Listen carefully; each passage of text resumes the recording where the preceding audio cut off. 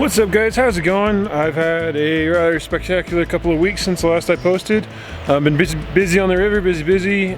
Just got done yesterday on another Gallatin run, which I actually flipped my boat in, and I actually lost my GoPro on that run, so I don't have any GoPro footage of it. It sucked a little bit because it was my newer GoPro, so I'll have to get a new one when I get a new one, I suppose. Other than that, I figured it was a nice warm day today and I don't have much going on, so I'm gonna do some more work on my boat and actually get some upgrades done on it, which I've been wanting to do for a while now.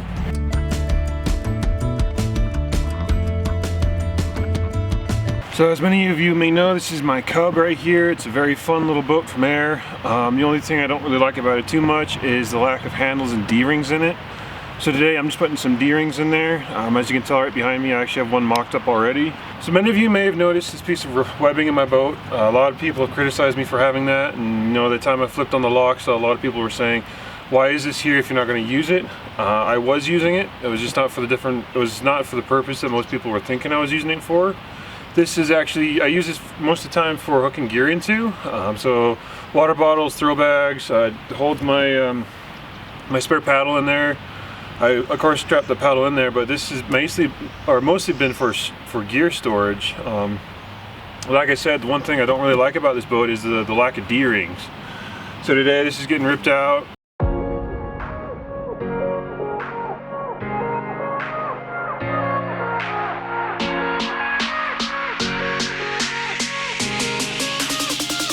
Alright, so that piece of webbing that was right here is now here. It's gone. It's probably be get used in another project, which is awesome because webbing is always awesome to have around.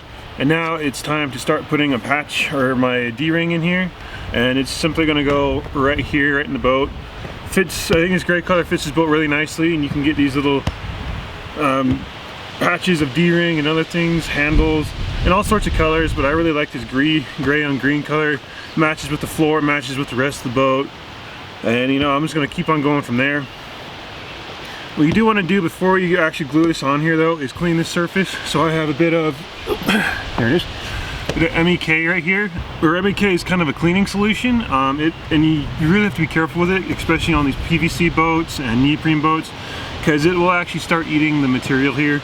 So don't put it on there in lots of in big amounts. You just need a little bit, clean that surface off, get it ready for being worked on.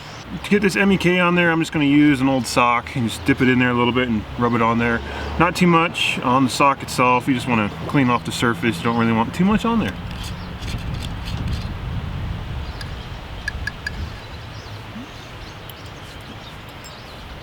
Oh, by the way, do this outside because MEK is not good for inside stuff. It's not good for you. So do this in an outside or in a well-ventilated area, or if you can't do that, put a mask on. But I'm outside, so I am not terribly worried about this. So I got a little bit on my sock here, and now I'm just gonna clean off my boat. Give a good clean over the area I'm gonna be working with here. Boat's already eating in the boat a little bit there. Oh, that's strong stuff. Woo!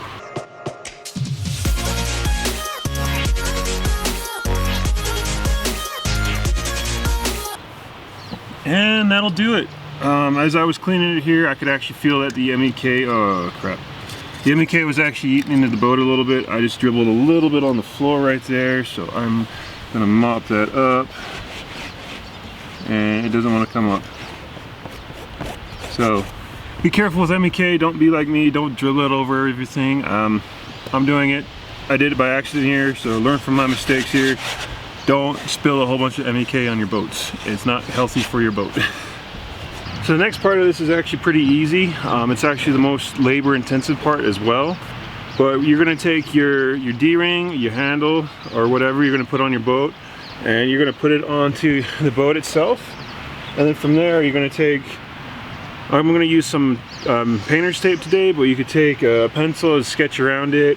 You could take any other tape or whatnot to basically create an outline of where you're going to put your glue onto the boat itself.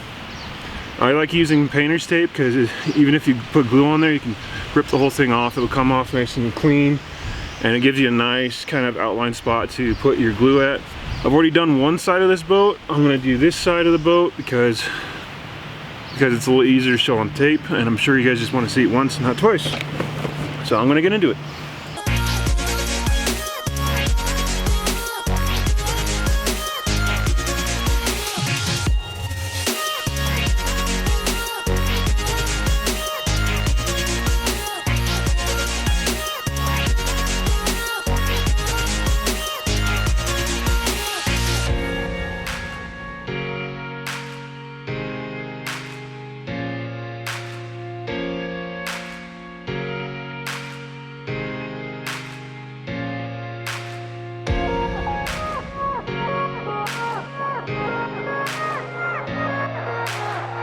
So I am done taping finally. It was a bit of a lengthy process, but I did want to get that set right. As you can tell, it's a very similar shape to the D-ring here. It's not perfect. There are a couple little holes in there, but I'm not too worried about it. I just want to get a general area of where I'm going to be putting the glue at, and then putting the glue on this guy, of course. And we're going to get into that after one final step. My final step is I like to use sandpaper. There it is. Use some sandpaper to kind of scuff both the boat and the D-ring here. I do more of this when I'm patching boats, but this boat I'm adding some D-rings to, so I'm still on the patch mindset. But we're gonna scuff them up with some sandpaper, and then we're gonna move to the glue. All right, now we're gonna move on to the glue. This is a two-part glue. It is basically, you mix this little vial in with the big one, you mix it together, and then you have a certain amount of time before the whole thing will solidify, and you put it together, and here comes a big truck.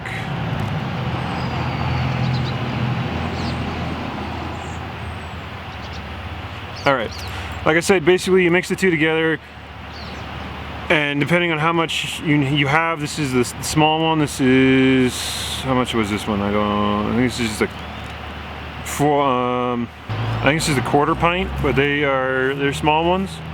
Anyway, mix them together. You have a certain amount of time, and we'll go from there. So, gotta unwrap it first.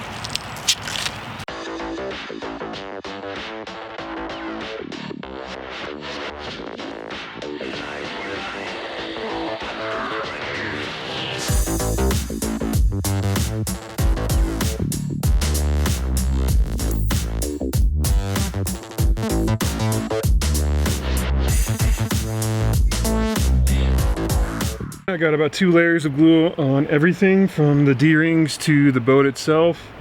Again, I highly recommend doing this in a well-ventilated area or wearing a mask when doing it, because the glue absolutely stinks, and I'm very much sure that the chemicals from the glue are not good for you at all. So do it outside, do it in a well-ventilated area, do it somewhere where you can get away from those fumes, because yeah, they're not good for you. I'm not entirely sure which one stank worse, either the MEK or the glue, but right now I'm leaning more towards the glue, because that just smelled like crazy. Anyway, I'm gonna give it a few minutes. I'm gonna come back out maybe in 5 to 10 minutes, see if it's tacky. I've done a few boat patches before, and I know it's a little different from what Air recommends doing. I'll leave a link to how Air suggests gluing handles onto their boats in the link below, so you guys can check it out. It is an absolutely awesome video. It's very much the same process I'm using here. But I'm gonna wait for it to be tacky, then I'll come back out and press them in, and I actually have a heat gun which I'll finish, you know, kind of fully gluing them in with.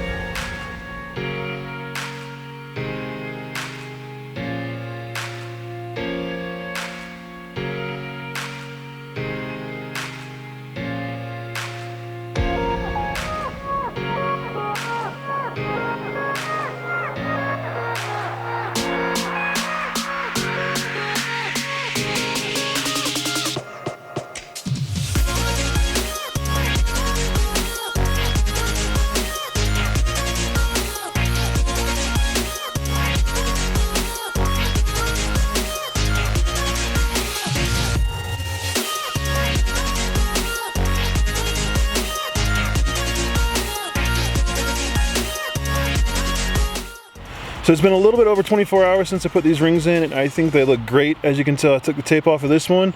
There's a little bit of tape still stuck in there, but you know, I'm not too worried about that. It'll get worked out over time. Other than that, I think they look absolutely awesome in the boat with the gray, the green, and the gray again. Fantastic color scheme here. I really can't wait to take it up boating again, and that being said, I will catch you guys in the next video. Peace out.